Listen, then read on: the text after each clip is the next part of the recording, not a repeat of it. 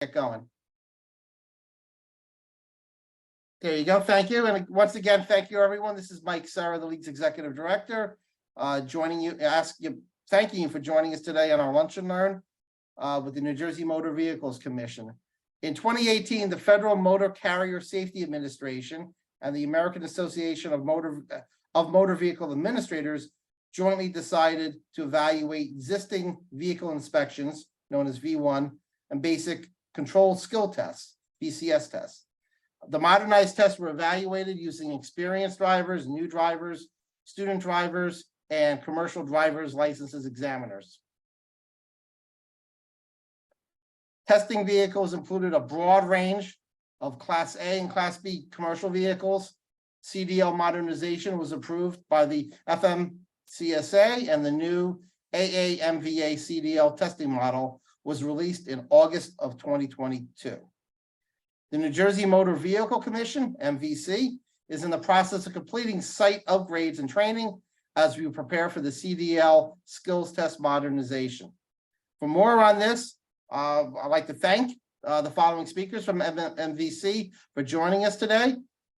Nicholas LaBelle, CDL Program Specialist 2, Michael Hall, Deputy Director, and Glenn, I hope I get this name correctly, Den Barron, Manager of the Agency Central Operations.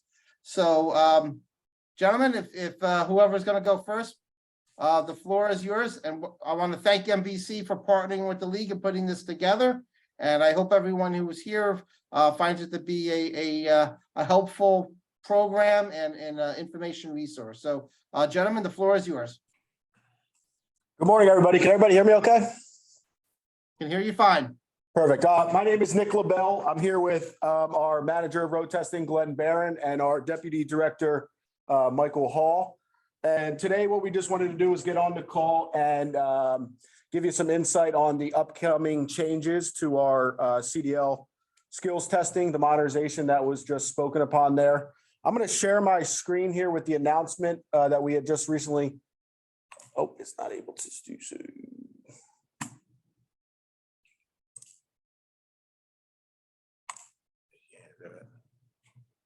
One second. Lori, are you able to share the document that Glenn had sent you this morning, just so that the rest of the folks can see it?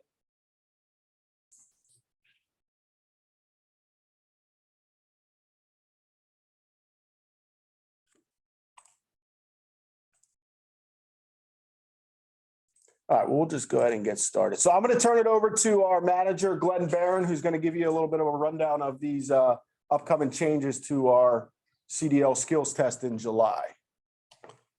Good afternoon, folks. This is Mike. You can share your screen now. All right, perfect.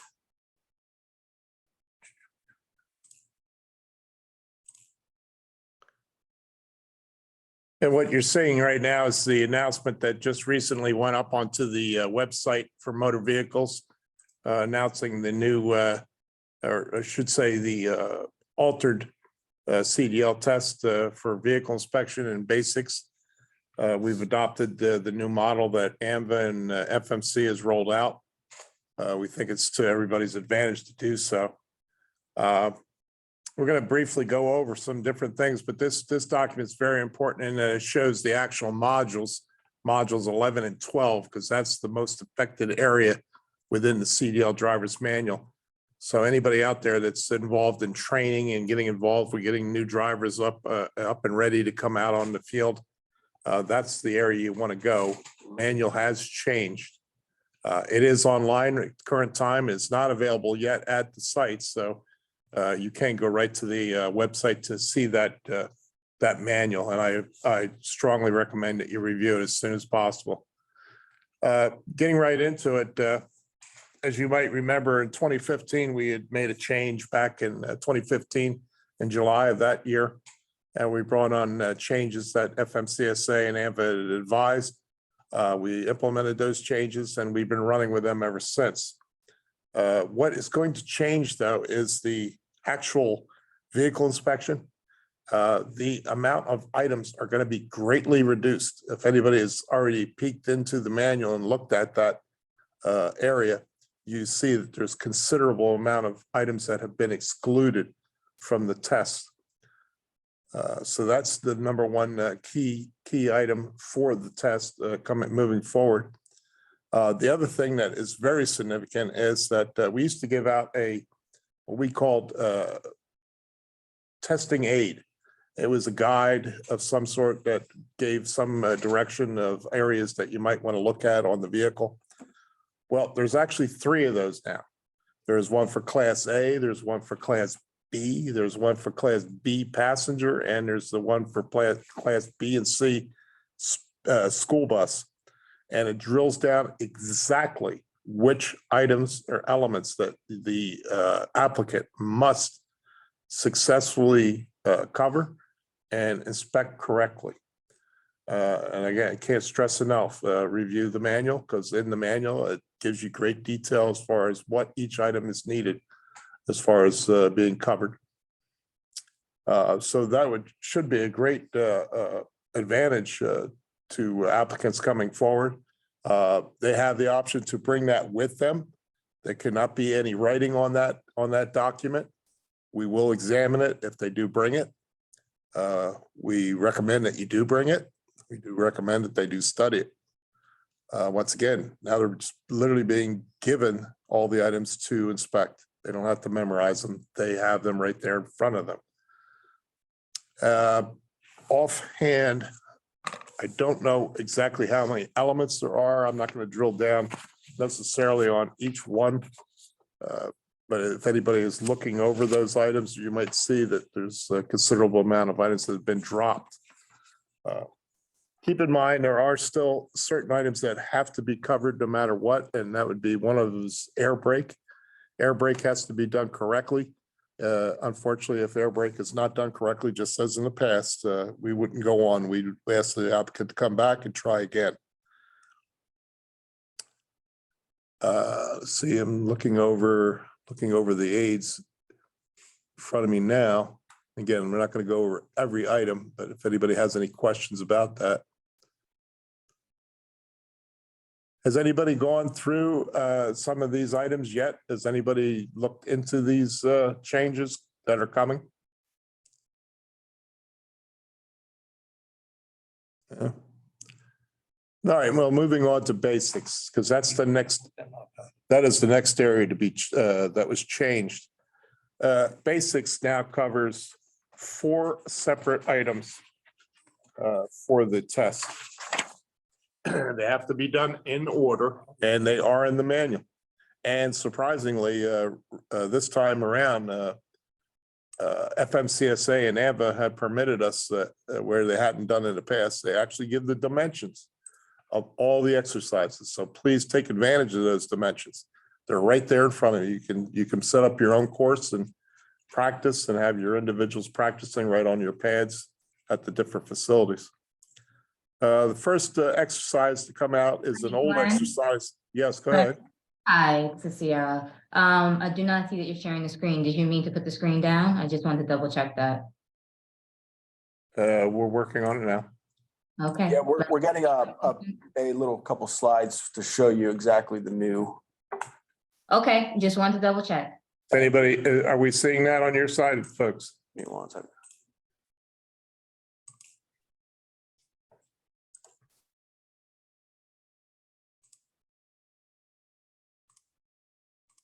Okay, it looks good. Thank you. There we are. Good. Oh, thank you to Nick. So this is an exercise that I remember when I first came to motor vehicles. This was one of the very first exercises that we always had. And a lot of folks might remember it's the forward stop. And they simply pull forward. And they have to end up with the furthest most part of the vehicle inside that box. It's a 3-foot box. And keep in mind that it's a one single motion. They cannot stop. If they stop, they will be scored wherever they did stop. Then from there, and again, as you see, as these progress, you're going to see how this, they had done a good job in condensing the exercises and keeping them in one area. So there's not a lot of setup and maneuvering that needs to be done, which expedites getting the test done. That's what our interest. So the next part of the test is straight line backing.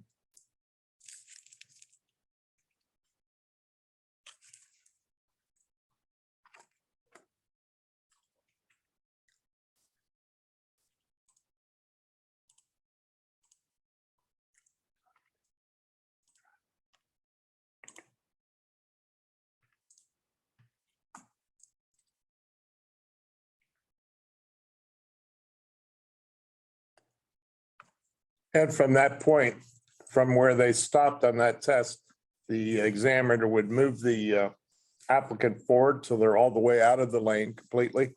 And then they're going to give them an indication to back up. And it's at that point they back up through the lane, 100-foot lane, until they've exited the lane completely behind the last two cones in the lane, just as the diagram shows. And there's a lot of directions. There is a script that's read. They have to sound their horn. And again, I'm not going to drill down on every detail of the exercise, but you get the basic of what the exercises need to be done. Then from that point, they're going to move on to the next exercise. This is the forward offset tracking.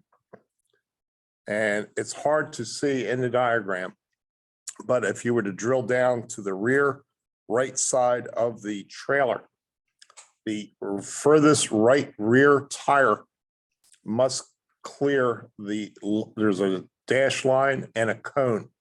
It has to straddle those two items. That's the idea in this exercise as they move forward to the stop line. And again, anybody that touches solid lines, that's an encroachment. That's not things that we want to have happen.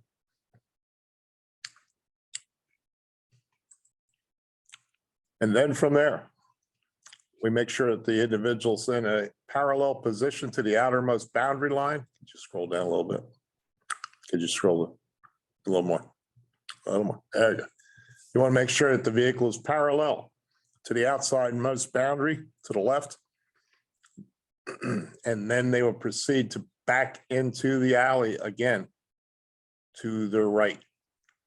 Once again, the furthest most rear part of the vehicle has to end up in that rear 3-foot box.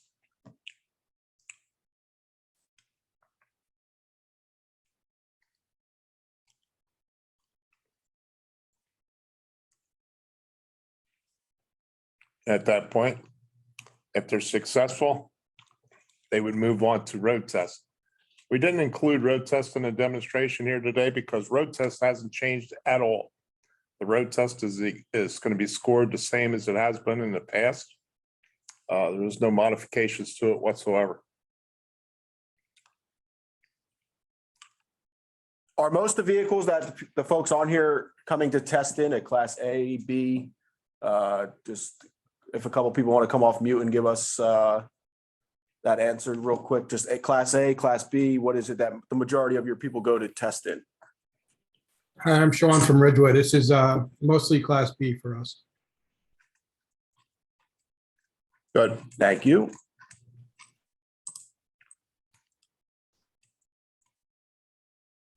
We can go back up to the pre-trip and give some examples here. Again, we're not going to go over every item because it would just be too burdensome.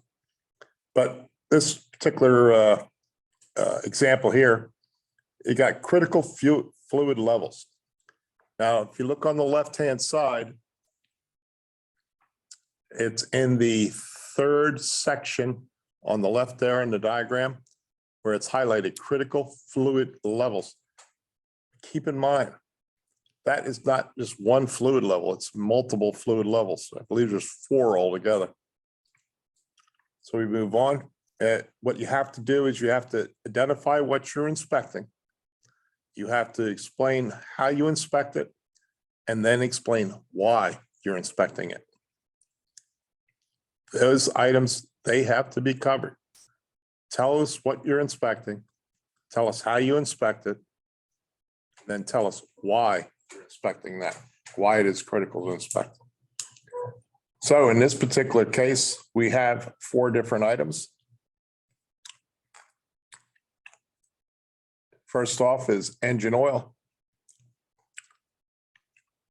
Then we go to coolant system. Then you have power steering fluid. And then, of course, you have your brake fluid.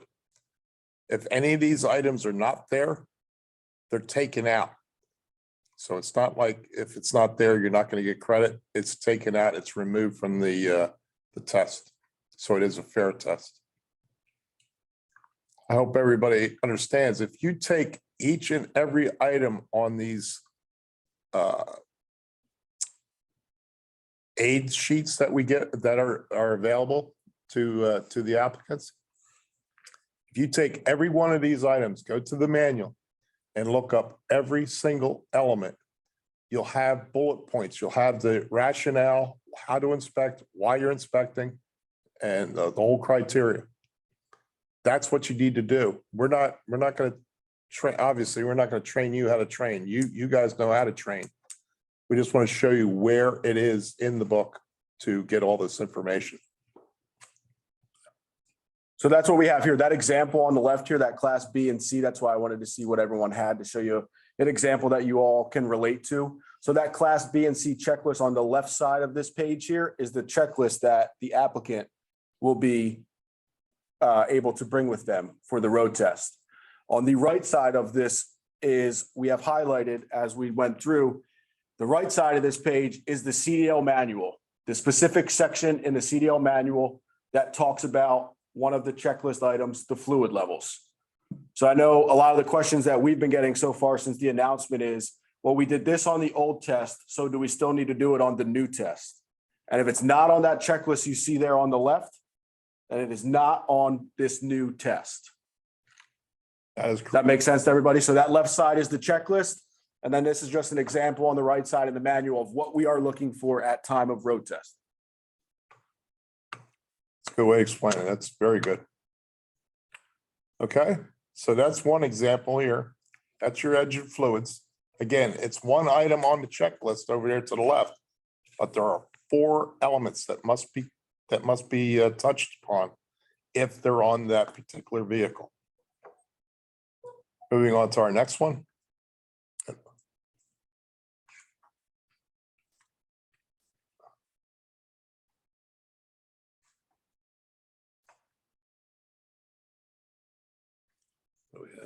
So I think now at this time would be good, before we get any deeper, a good time, if anyone has any questions, see some people are in the chat. If anyone has any questions for us regarding some of the stuff that we just went over, about the new test.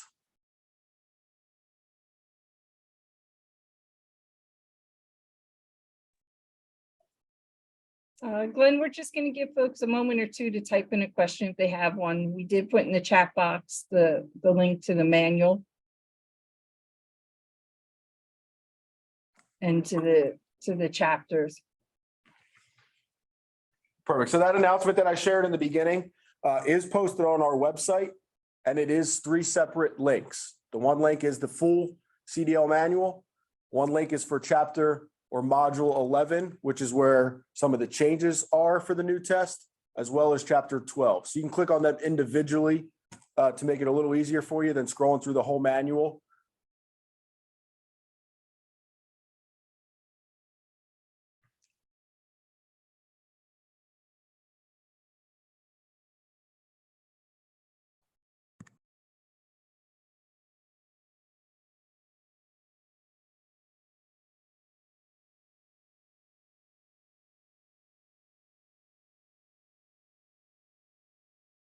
Glenn, it doesn't appear that there's anyone that has a question yet. If you want to. That's fine. If somebody has anything, just feel free to type it on in. At this point, though, I'd like to point out something very significant that is near and dear to my heart. I need to get out there. We have a training crew. It's called the CDL Mobile Compliance Unit. They're the people that actually train the examiners throughout the whole state. Any of the examiners that are trained, they're trained by this unit. So they're the go-to people. They're the people that really know how to do things and how things are done. What they've done is there's a program. We call it a CDL safety seminar. Because technically, we're not allowed to train. That's not our job. And FMCSA and AVID don't particularly want us to train. So we did the next best thing. Is what we did is we take the manual and we go through the whole process. A lot of things that haven't been talked about today was, what about the test receipt? How do I get a test receipt? What's the next item? What's the CLP? How do I get the CLP? What do I need to get the CLP? Then what's the next process? We walk everybody, the trainers, the people that have the CDLs that do the actual training. I welcome them to come forward and be a part of these seminars that we offer. And we'll come to your facility if you could host it. That would be ideal at the county level. And we would come into a county, and hopefully the county would take the lead in reaching out to the local communities around that county, townships and boroughs, offering the same process of coming to the seminar. Because we welcome, there are requirements that, once again, anybody that does attend, they have to have a CDL license. Because we want to train trainers. We're not allowed to train people that are coming through for the test. And what we do is we go through every part of the process from the very beginning to the end. And at the very end, if you wish, we can also, with your permission, we do it, we welcome it, is we actually go through the test. And we take the individuals that have come out to listen to our seminar, and we put them in the driver's seat. Not to humiliate them, but to just point out to them the different things that have changed. And we run through the whole test. That way they have a really good feel of what their applicants are going to have to do in the future. I can't tell you how much this helps. It's helped many different organizations throughout the state over the years since we've started this. And we welcome that through the League of Municipalities.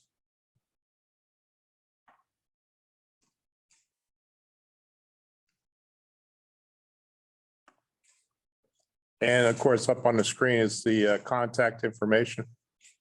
Please feel free to get a hold of that and reach out to us so we can reach out back to you and set these seminars up. And again, we ask that obviously have an area that's big enough to accommodate all the people that are going to be attending. We tend to like to have 20 people in these seminars. We can go up as high as 30. Any more than 30, it gets a little bit too much. So we like to keep it below 30, no less than 20. And of course, there'll be a register to be sent out prior to the seminar. And we do a PowerPoint that lasts about 3 hours. It's a 3-hour PowerPoint. And again, that's drilling down into the detail that you really need to know to get your applicants through this process. And then at the end, there's an hour-long demonstration where we actually do the test.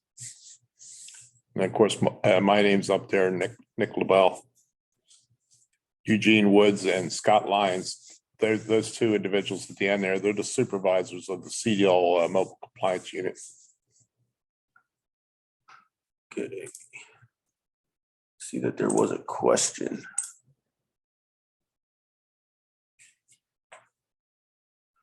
I see Richard has a, please review all the steps required to get a CDL. Are you just referencing the whole process from start to finish that needs to be completed through motor vehicle, from the test receipt, the knowledge test, all of that stuff?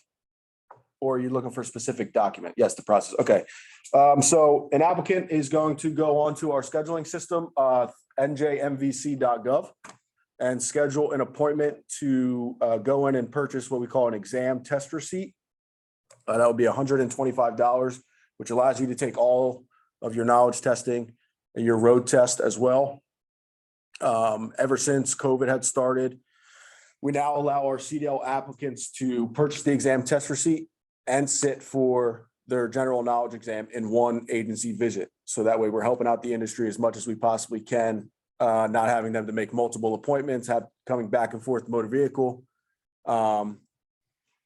Depending on what type of endorsements that your applicants would need, would depend on what type of the knowledge testing they take. Everyone is required to take a general knowledge exam and pass before they can do any other endorsement exams, whether that's the air brake test, a passenger, a school bus, a hazmat endorsement, any of the other endorsements, that general knowledge exam must be passed first. Once those general knowledge exams are passed and any endorsements are passed that the applicant may want, starting in February, last February, FMCSA passed, I'm sure most of you have heard, the entry-level driver training, ELDT training requirements. That is an FMCSA requirement now. The only time or the time that we require that training to be complete is prior to the road test portion of, or the skills test, the skills test of the process. So it does not need to be completed before the knowledge exams or any endorsement written exams. It just must be completed before the applicant shows up the day of their appointment for their skills test. Once that's completed, our staff at the sites will check our database to ensure that the applicant has met the requirements, passed all the training for the entry-level driver training, as well as passed all the knowledge exams and endorsement exams that the applicant is there to test in for the skills test. Hopefully they all passed their skills test, which Glenn was just going through, the different sections of the skills test. Once they pass that, the applicant will need to not need an appointment, have their medical certificate all filled out, depending on endorsements. Again, if they need fingerprints for certain things, all of the required documents for the class and endorsements will be needed to be complete for the applicant to go over to the agency and get their CDL, the license itself processed and onto the road. Is there any other specific questions about the process you were looking for, or did that kind of give you a rundown of it? What Nick just described is very, very good explanation, but I can't emphasize enough. That's why the seminar is important, because there's little nuances about the process that trainers, the people that carry these guys through, these folks through the process, they're the ones that literally stay with them all the way through. We know that. And we give it strong advice as far as what should be done, because there's a lot of things that have to be followed and watched along the way. And to be honest with you, it's not the applicant's fault. They're quite nervous. They kind of lose sight of all these intricacies of the process. And that's where the trainers are really helpful, in that they keep an eye on that for them. For the question about, do you have any resources where drivers can get the FMCSA training? Yeah, so if you go to FMCSA, their website, yeah, I see there it is, FMCSA website, and it's called the TPR, it's the Training Provider Registry. And there's different levels of training, different training requirements that are needed to be met. There's a theory section of the training and also a behind the wheel section.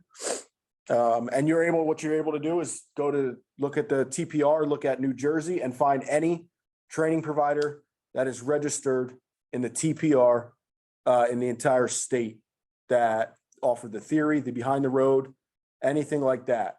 And unfortunately, that has, I don't want to say nothing to do with us, because it does, but that is all kind of reviewed and monitored and set up and approved all through FMCSA. The only thing that we require is that it has been met when they come to take our test. Now, Nick, you correct me if I'm wrong. I think in a lot of cases, a lot of these different organizations that are out there, they could possibly be and get their approval and be an ELDT certified trainer. And that way you don't have to go outside and off site to get that training. And that's correct. And I see that's one of the questions in the chat. How do we register as a trainer so that we can log in the information for each driver? So that same website that you look to go and see any training provider, the training provider registry, is where you'd also sign up to be a trainer. I'm not too familiar on what it takes or the information needed. Because again, it's FMCSA's portal and all that information. I know that you will need the basic information, like what county you are, what entity you are, what you're looking to train, what class, any endorsements, anything like that. What your criteria is, I'm trying to think, it's a school term, the curriculum, whatever curriculum you use.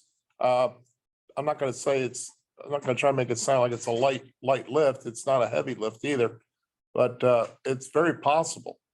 In many cases, we have individuals out there, we have different organizations that are not companies, they are governments serving the people that have their certification.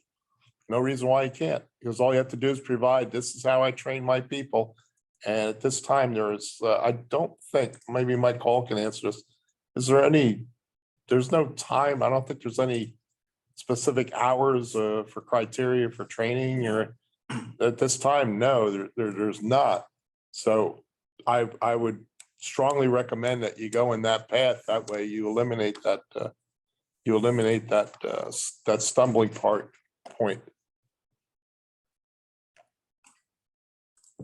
I will share my screen real quick so you could all see it. And the only other thing that that must be met is you must meet all New Jersey licensing requirements to be able to train for the FMCSA ELDT requirements. So meaning if you don't have a New Jersey CDL for a Class B, you're not able to register for FMCSA to train Class B if you don't have you don't meet those New Jersey requirements to train. I will show you the.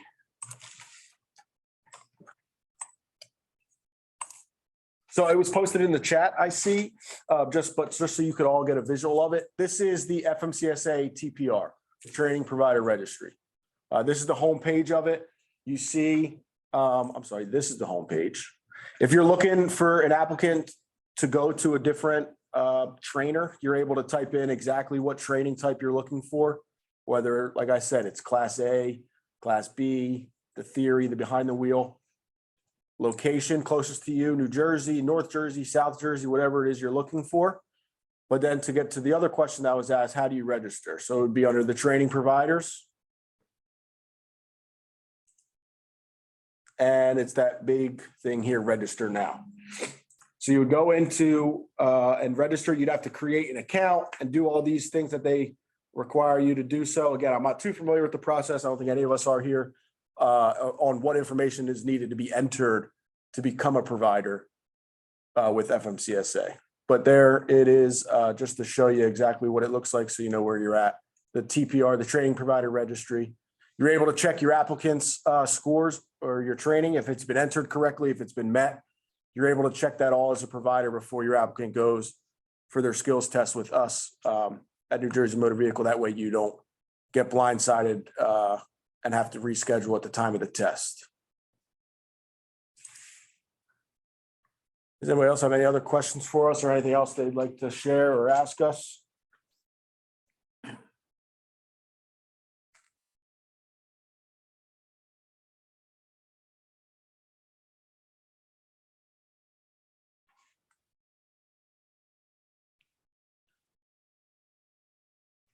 I think this is the first time ever New Jersey Motor Vehicle hasn't got a lot of questions. Yeah, it's true. All right, well, if there's no further questions, I think we can wrap it up then. Again, this is being recorded and we'll be posting it on our website, and we'll make sure everyone gets the link to it. We do have the questions we are transcribed from the chat, so we should be good there. If there's anything that was missed or follow up, we can do it as well. So with that, gentlemen, I'd like to thank you for working with us on this session and the program, and for the work that you're doing. Hopefully, those who attended the program today found it beneficial and interesting, and number of links are available, and our cover email with the link to the the recording of this will include those links as well. So with that, unless anyone has any other questions, I wish you all a nice day. We have some nice spring weather, so maybe we can all go out and enjoy it for a little bit before we get back to work. So thank you. Have a great day. Thank you, everybody. Thank you much. Enjoy the rest of your day.